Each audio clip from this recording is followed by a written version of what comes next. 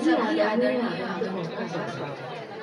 आज आप जिस जन्मभूमि पर बैठे हैं, यही इसी कुरुक्षेत्र में आपके सामने उपस्थित सरोवर के किनारे और उधर धरे बड़े के नीचे जुड़ी युगों पहले भगवान श्री कृष्ण ने गीता का अजर अमर कालातीत और कालजयी उपदेश दिया।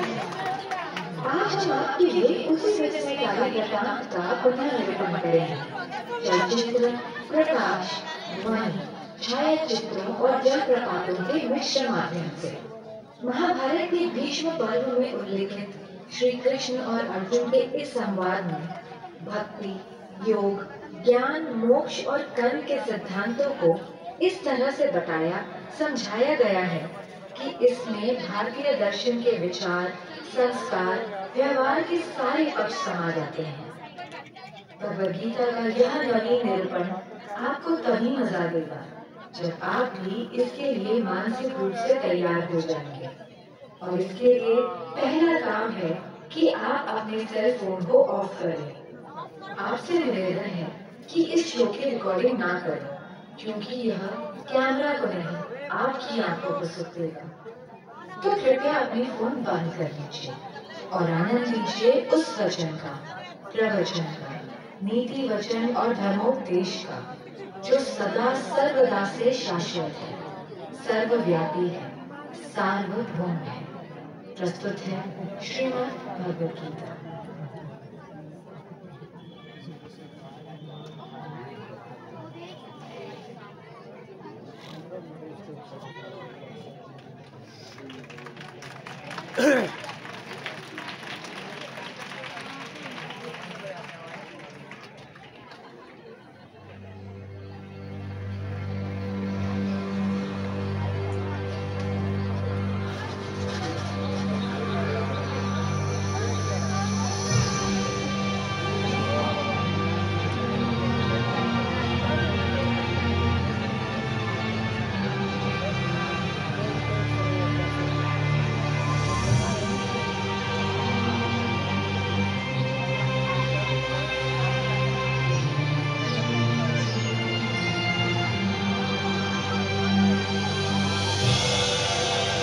समय सदा गतिमान रहा, बहता रहा, चलता रहा, और मैं अचल अटल अडिग यही एक जगह गड़ा रहा, खड़ा रहा। पर फिर भी हम साथ थे, क्योंकि समय के अनादि अनंत अखंड अछेद अभेद अनवरत प्रवाह को मैंने अपने इसी स्थान से, थान से, ठौर से सतत सनातन निरंतर देखा है। इसी थान से मैंने थानेश्वर महादेव या स्थानेश्वर को इस धर्म क्षेत्र में आते देखा है। इसी स्थान से मैंने सारी सृष्टि के रचयिता प्रजापति ब्रह्मा को विष्णु जी की नाभि से स्वयं संचित होते देखा है। इस जगह से मैंने सरित सरस्वती की धर्म धारा को कलकल बहते निहारा है, और इसी ठोर से मैंने त्रिशतवती नदी को प्रवाहित होते देखा है। यही गड़े खड़े मैं साक्षी रहा हूं ब्रह्मा जी के ब्रह्म सरोवर बनाने और उसमें नहाने का। यहीं से मैंने सन्निध सरोवर में 7 सरस्वतियों को समाहित होते अवलोकित किया है। और इस ज्योतिसर से तो मेरा जन्म का नाता है। इस सरोवर के किनारे जन्म लेकर, इसके जल से सिंचित होकर इसी स्थल पर इतिहास को बनते, बिगड़ते, बदलते देखा है। आपके सम्मुख विद्यमान इस वट वृक्ष में, इस पुरातन पवित्र पावन ब्रह्मावर्त में मैंने वेदों को अवतरित होते और पुराणों को विरचित होते देखा है। फिर अष्टांग धर्म स्थापित करने वाले सत्यनिष्ठ दानी दयालु प्रतापी राजा कुरु के समय मैंने इस क्षेत्र, इस धर्म क्षेत्र को कुरुक्षेत्र कहलाते भी देखा है। भरत कुल और कुरु वंश के वंशज राजा कुरु का समय ऋग्वेद का काल कहलाता था। जब आर्यों के इसी उत्तरवेदी ब्रह्मवेदी आर्याना में अपौरुषेय वेदों का अवतरण हुआ, इस पवित्र भूमि ब्रह्मावर्त में मैंने सहस्त्राधिक हवन कुंडों की यज्ञाग्नि में मंत्रोच्चार के साथ होत्र की समिधा पढ़ते और पूरी धरती को सुगंधित धूम्र से सुवासित होते भी देखा है। फिर कुरुराज के प्रपौत्रों कौरवों और पांडवों के समय मैंने इसी कुरुक्षेत्र को युद्ध क्षेत्र में बदलते देखा है। केवल 5 पद तो मांगे थे पांडु पुत्रों ने, पानीपत, सोनीपत, बागपत, तिलपत और इंद्रपत। पर जब 5 गांव देने से भी मना कर दिया धृतराष्ट्र के पुत्रों ने, तो युद्ध अवश्यम भावी हो गया था। एक ऐसा युद्ध जिसने एक वंश, एक नगर, एक राज्य, एक राजधानी, एक देश, एक संस्कृति, एक युग नहीं, पूरे भारतवर्ष को महाभारत नाम की रक्त रंजित मृत्यु और महानाश के मुख में धकेल दिया था।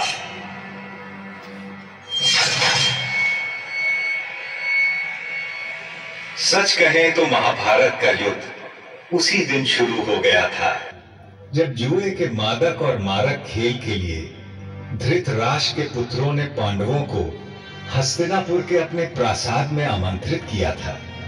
जिसे द्यूत का व्यसन हो, उसे जुए की चौपट से दूर रखना असंभव होता है।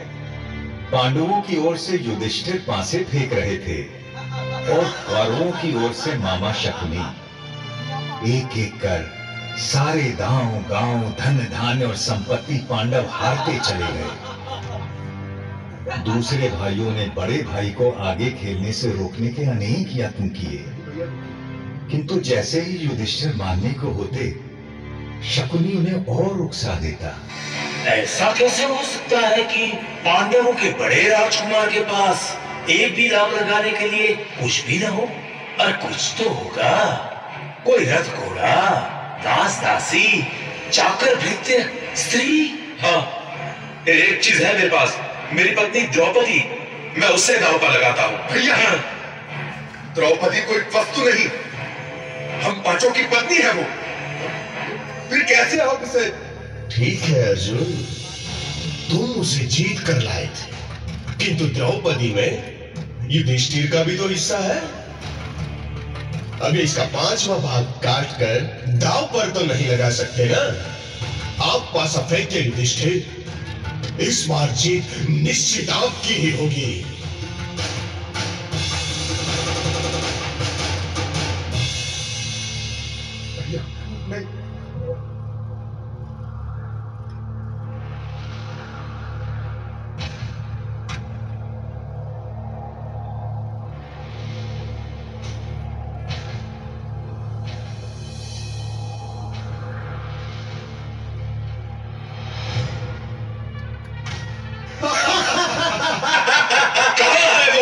द्रौपदी, सुशासन, उसे इस दरबार में ले आओ।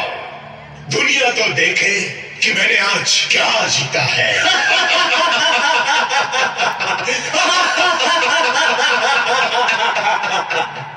पूरे राजमहल में सन्नाटा पसरा था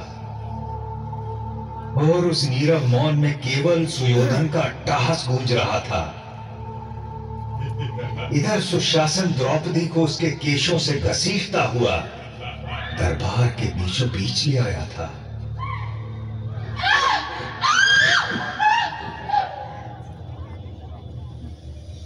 पांच पतियों की पत्नी पांचाली, उस दिन तो तुम्हें ठीक से देख नहीं पाया था, किंतु आज तुझे देखकर मैं अचंभित हूँ रूपवती द्रुपद कन्या। अभी भी ना तूने मुझे ठीक से देखा है, न जाना है, वरना तेरी हिम्मत न होती इस तरह मुझे बड़े दरबार में घसीटने की। पापी!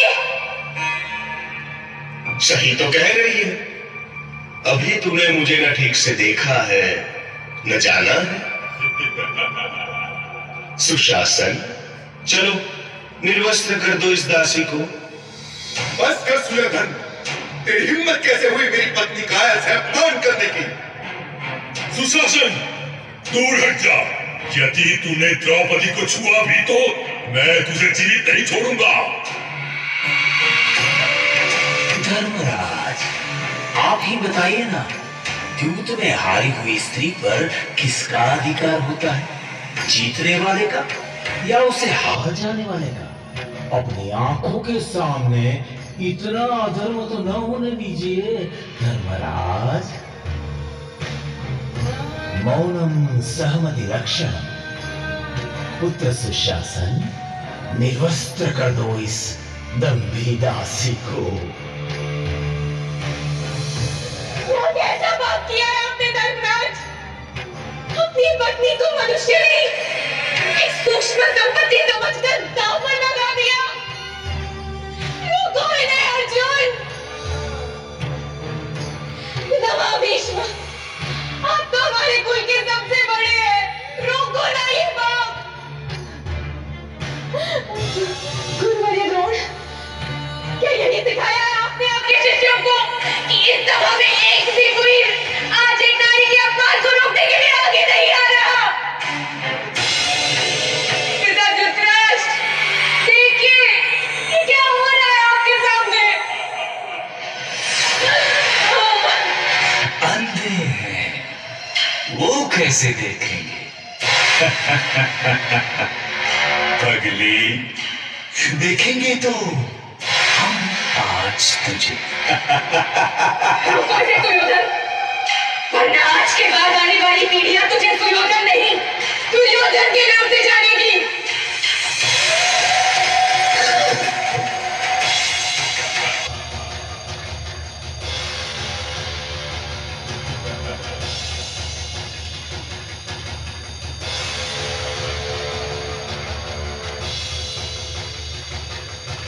हे सखा, हे कृष्ण, हे कन्हैया, कोई बचा सकता है लाज अपनी इस सखी की। शंख चक्र गदा पाणे द्वारिका निलयाच्युतः गोविंद पुंडरीकाक्ष रक्ष मां शरणागतम्। कृष्ण द्वारिका वासिन् वासी यादव नंदन इमं अवस्थां सम्प्राप्तम् अनाथां किमपेक्षसे।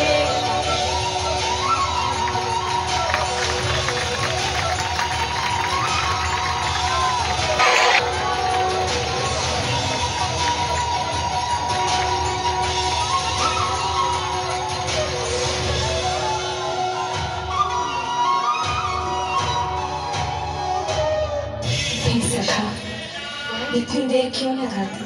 तूने ही तो गलती की, मुझे दूर द्वारिका से बुलाने की। यदि तू कहती मेरे मन बसिया कृष्ण, तो मैं तो तेरे पास ही था, तेरे साथ ही था, तुझ में ही था सखी।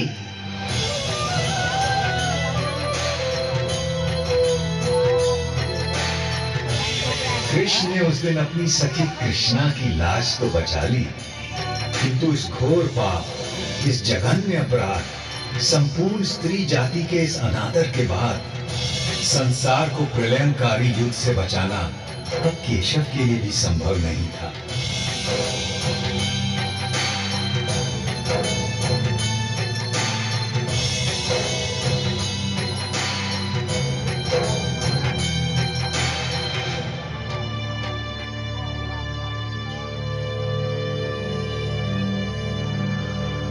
कुरुक्षेत्र को युद्ध क्षेत्र बनाने की तैयारी में तमाम जंगल जलाए जाने लगे, पेड़ काटे जाने लगे। सौभाग्य से पता नहीं कैसे मैं उस दिन बच गया, या दुर्भाग्य से, क्योंकि अगले 18 दिनों में जो नरसंहार, जो रक्तपात, जो छल बल, जो नृशंस हत्याएं, जो मूल्यों का हनन, जो मानवता का पशुवत चेहरा मैंने देखा, उससे अच्छा था कि मुझे भी काट डाला गया होता या जला दिया गया होता।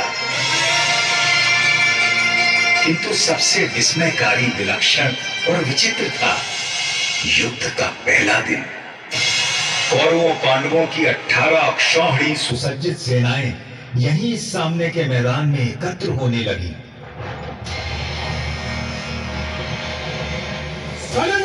खड़क खड़क बरछों की चमक चमक, बाणों की किरणों में भालों की दमक दमक।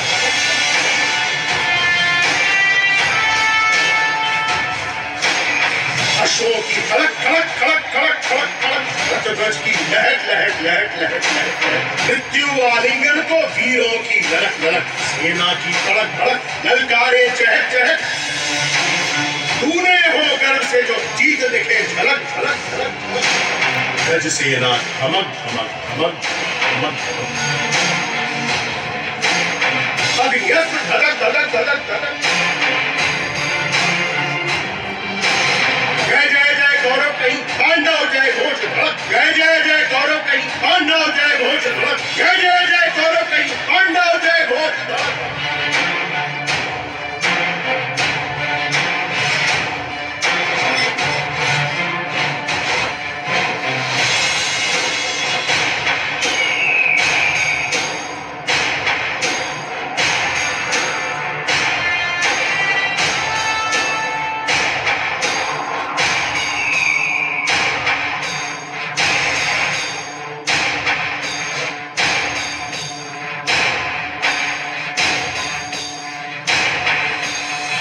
इधर कुरुक्षेत्र में युद्धोन्मुख सेनाएं एकत्र हो चुकी थी और उधर दूर हस्तिनापुर के राजप्रासाद में बैठे अंधे राजा धृतराष्ट्र सब कुछ देखने को व्याकुल थे।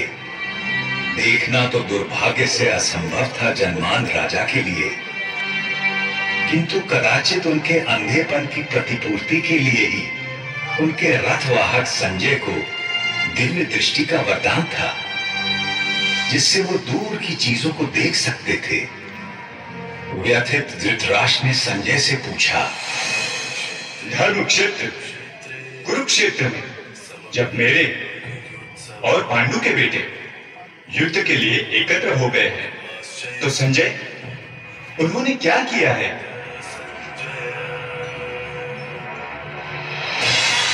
दुर्योधन को हर्षित करने के लिए कौरवों में वृद्ध महाप्रतापी पितामह भीष्म सिंह की तरह दहाड़ उठे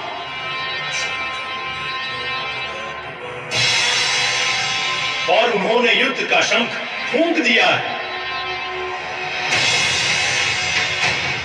उनके इंगित पर अनेक शंख, रणभेरियां, ढोल, मृदंग और रणसिंगे एकाएक बज उठे हैं। दूसरी ओर श्वेत अश्वों वाले बड़े रथ में आरूढ़ धनुर्धर अर्जुन और उनके सारथी माधव कृष्ण बैठे हैं। उन दोनों ने भी अपने अपने दिव्य शंख पांचजन्य और देवदत्त बजा दिए। उधर भीम ने अपना पौंड्र शंख बजाया तो युधिष्ठिर ने अनंत विजय में फूंक मार दी। पांडवों की ओर से और भी अनगिनत शंख बज उठे हैं स्वामी, और उनके विस्फोटक कोलाहल आकाश धरती कंपित हो, और आपके पुत्रों के साथियों और समर्थकों के हृदय भी कांप गए हैं महाराज। जब पांडु पुत्र अर्जुन ने देखा कि अस्त्र शस्त्र चलने ही वाले हैं, तो उसने भी अपना धनुष गांडीव उठा लिया। किंतु तभी एक विचित्र बात हुई। अर्जुन ने अपने सारथी ऋषिकेश कृष्ण से कहा कि वो उनके रथ को दोनों सेनाओं के बीचों बीच ले जाए, ताकि वो देख सकें कि उन्हें किस किस से लड़ना है, किन्हें मारना है, किन पर विजय प्राप्त करनी है, और अच्युत उनका रथ लेकर आगे बढ़ चले हैं।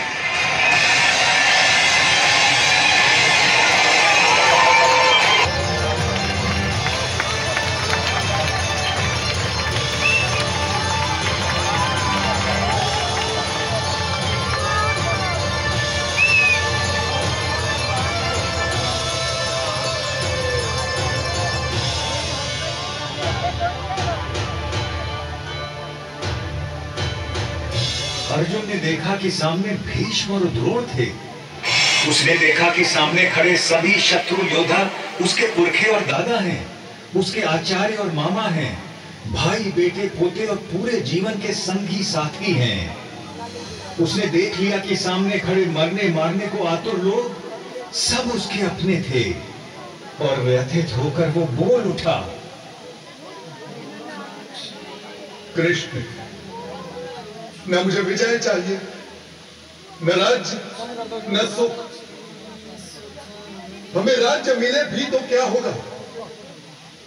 भोगों का हम क्या करेंगे? जीने में क्या रखा है? ये सब के सब मेरे आचार्य, मेरे गुरु, मेरे पिता, मेरे ताऊ चाचा, मेरे बेटे, मेरे बाबा दादा मामा पोते साले ससुर सगे संबंधी हैं। मैं इन्हें मरवाना या मारना नहीं चाहता केशव, चाहे मेरी जान भी क्यों ना चली जाए। भले ही 3 लोगों का राज्य मुझे मिल जाए, फिर तो थोड़ी सी भूमि की बात ही क्या।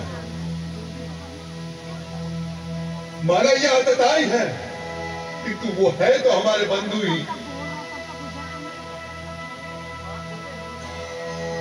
अपने कुटुंबियों को मारकर माधव हम सुखी कैसे हो सकते हैं। महाशोक की ये महापाप करने को हम तैयार हैं। राज्य और सुख के लोभ में हम अपने ही लोगों की हत्या करने को उतारू हो गए। धृतराष्ट्र के अस्त्र शस्त्रों से सुसज्जित बेटे भले रण में मुझे मार डाले तो भी मेरे लिए यही उचित और स्वीकार्य होगा। अर्जुन की ये विषाद योग दशा देखकर उसके सारथी श्री कृष्ण कदापि चिंतित नहीं हुए, बल्कि उसकी बातें सुनकर ऋषिकेश कृष्ण कुछ हंस पड़े और अर्जुन से बोले,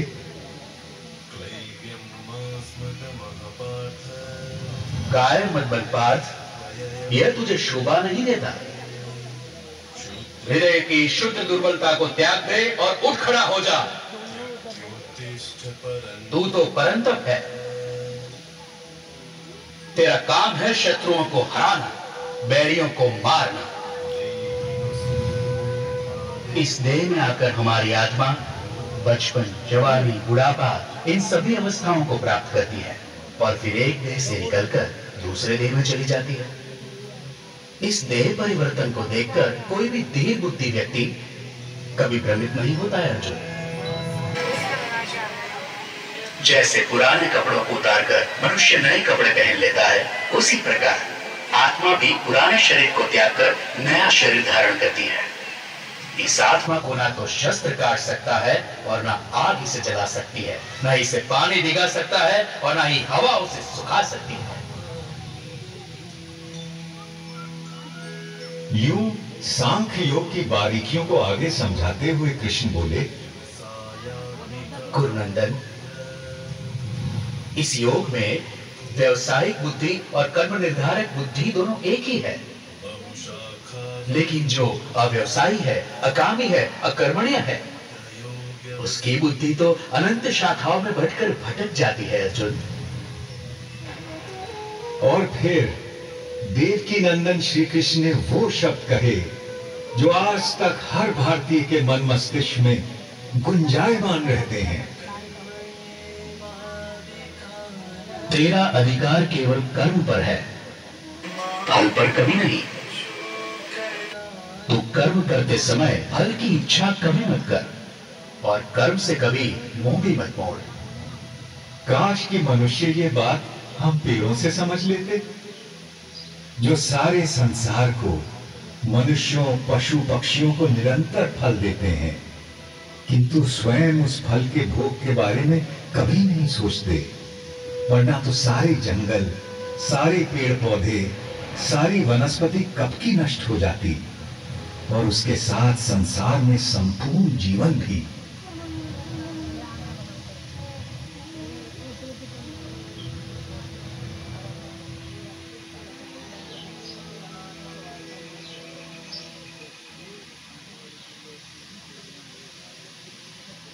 आपकी बातें मिली जुली सी हैं जनार्दन, और आप मुझे भ्रमित कर रहे हैं।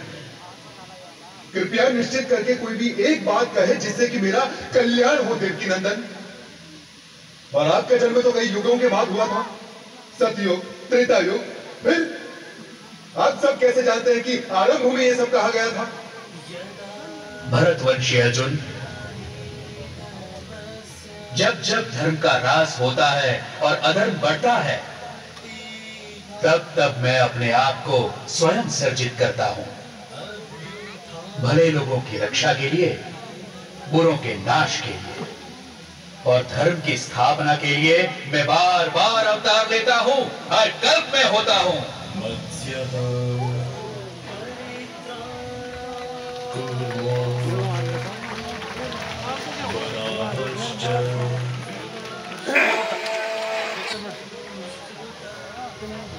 नृसिंहोऽतः वामनः रामो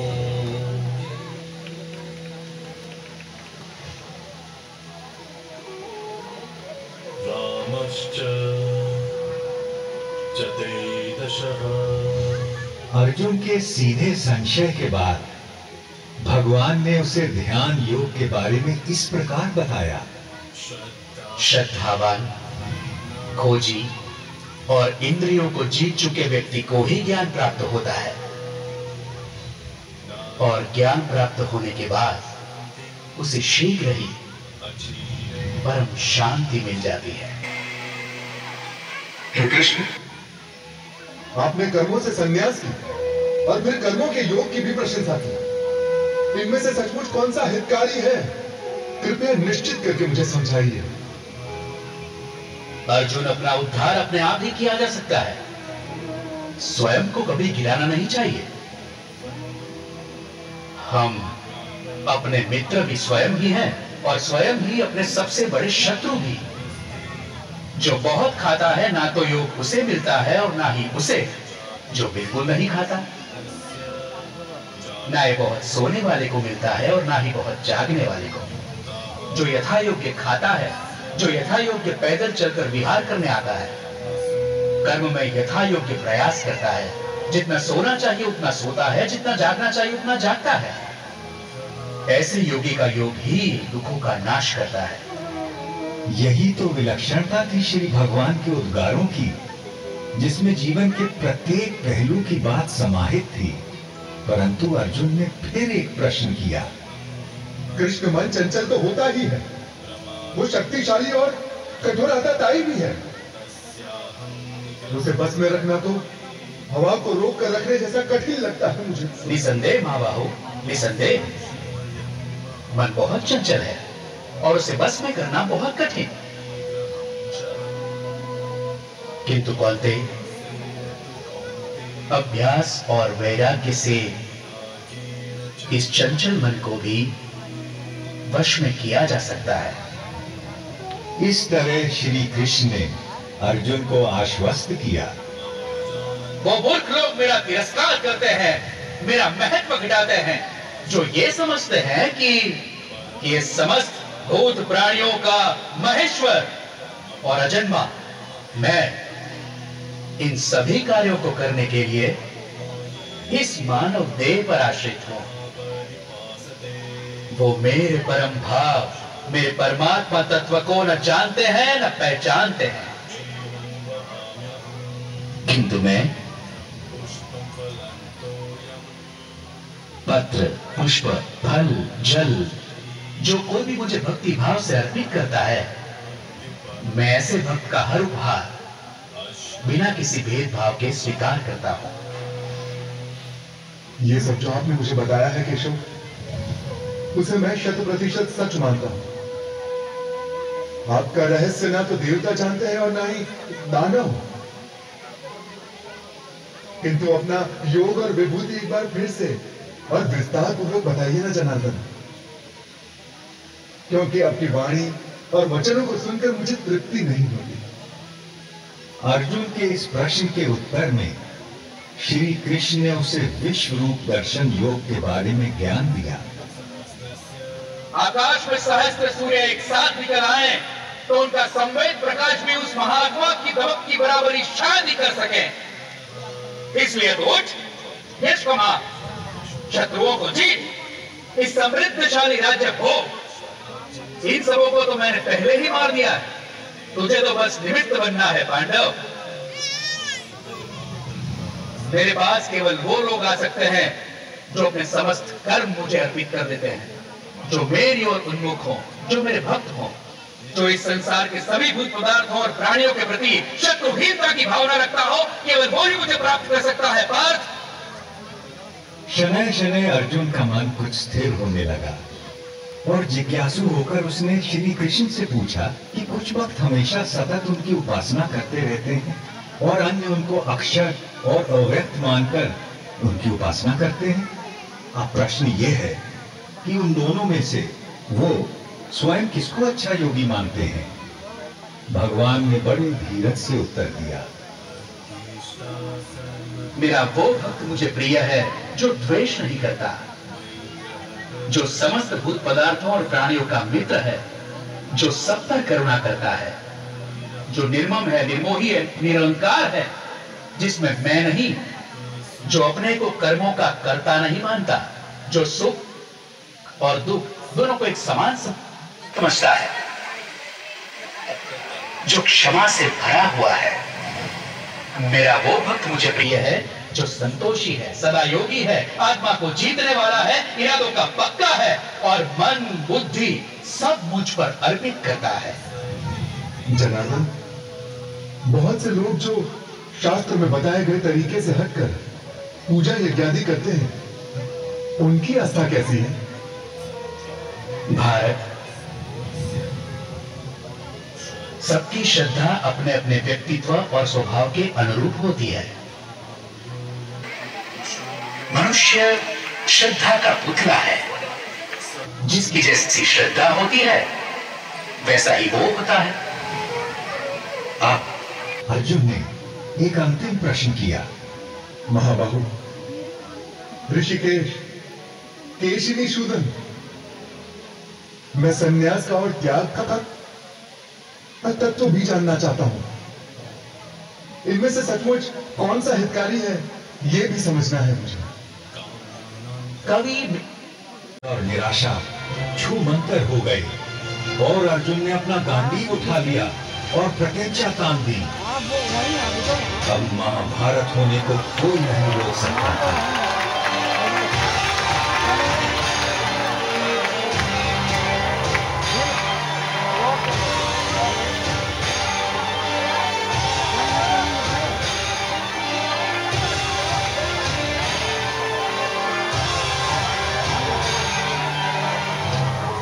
उधर दूर हस्तिनापुर में धृतराष्ट्र के सम्मुख बैठे दूरदृष्टा संजय के मन से भी सारी शंकाएं और भय दूर हो चले और वो अपने भरतार कौरव नरेश से स्पष्ट बोल पड़ा।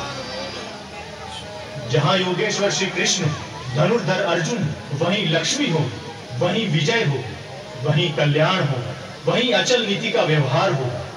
ये मेरा मानना और ये मेरा मत है। संजय के मन से कौन सम्मत न होगा। केशव और अर्जुन का वो संवाद याद कर सहस्त्राब्दियों बाद भी मैं अभी भी बार बार रोमांचित हो उठता हूँ, किंतु और भी रोमांचित हो उठता हूँ मैं हरि का वो अद्भुत रूप याद करके, जो उन्होंने विश्व रूप दर्शन योग की बात करते समय अर्जुन को दिखाया था। देखते देखते श्री कृष्ण बड़े होने लगे, विशाल होने लगे, विराट होने लगे। देखते देखते उनके अनंत आंख, असंख्य चेहरे, अनगिनत हाथ हो गए, जिनमें अगणित अस्त्र शस्त्र सज्जित थे। कोई ऐसी देवी देवता, भगवान, गंधर्व, यक्ष, अप्सरा न थे जो उनमें विद्यमान न हो। वो अनादि अनंत अखंड अछेद अवेद थे। सहस्त्रों सूर्यों का तेज उनमें दमक रहा था और एक गोल घूमती गूंजती वाणी दशों दिशाओं से गुंजायमान थी।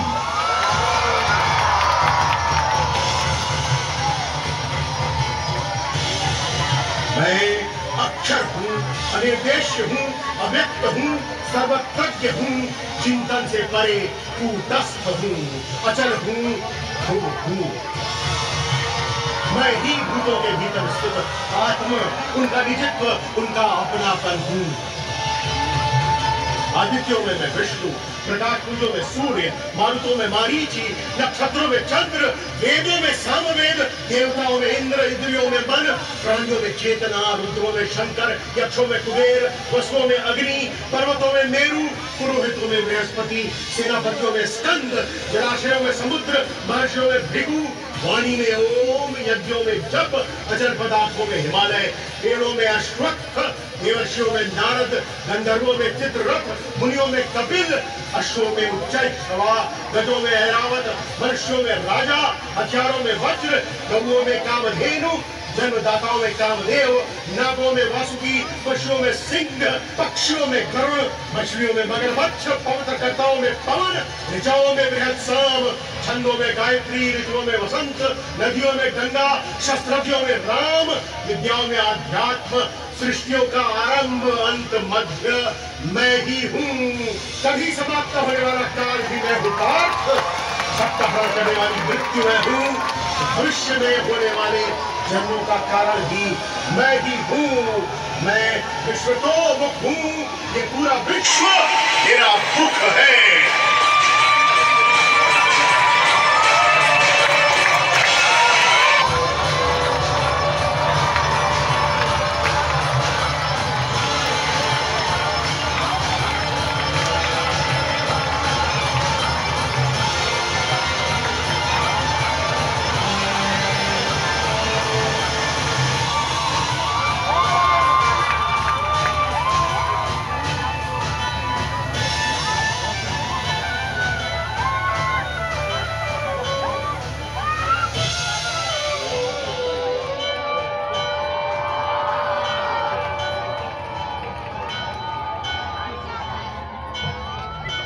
मैं बड़भागी था जो उस दिन भगवान का विश्व रूप अपनी आंखों देख पाया और व्यास जी की कृपा से वासुदेव कृष्ण और महात्मा अर्जुन के बीच का यह गुप्त संवाद स्वयं सुन सका, जिसमें सभी उपनिषदों का, समस्त ब्रह्म सूत्र का और समुच्च वेदांत का सार केवल 700 श्लोकों में समाहित था। तभी तो कहते हैं कि जिसने इस उपनिषद ब्रह्म विद्या योग को जान लिया और श्रीमद् भगवत गीता को मान लिया, वह वास्तव में विद्वान, सचमुच में सर्वज्ञ और यथार्थ में योगी बन जाता है। आशा है आज की इस रात के बाद कल का सवेरा आपके जीवन में एक नया प्रकाश, नई आशाएं और निष्काम कर्म के प्रति एक नवीन ऊर्जा लेकर आएगा। तब तक मैं केवल इतनी ही कामना करूंगा, सब सुखी हो, निरोगी हो, कल्याण हो सबका और कोई दुख न भोगे। सर्वे भवन्तु सुखिनः, सर्वे सन्तु निरामयाः, सर्वे भद्राणि पश्यन्तु, मा कश्चित् दुःखभाग् भवेत्। ओम शांति शांति शांति।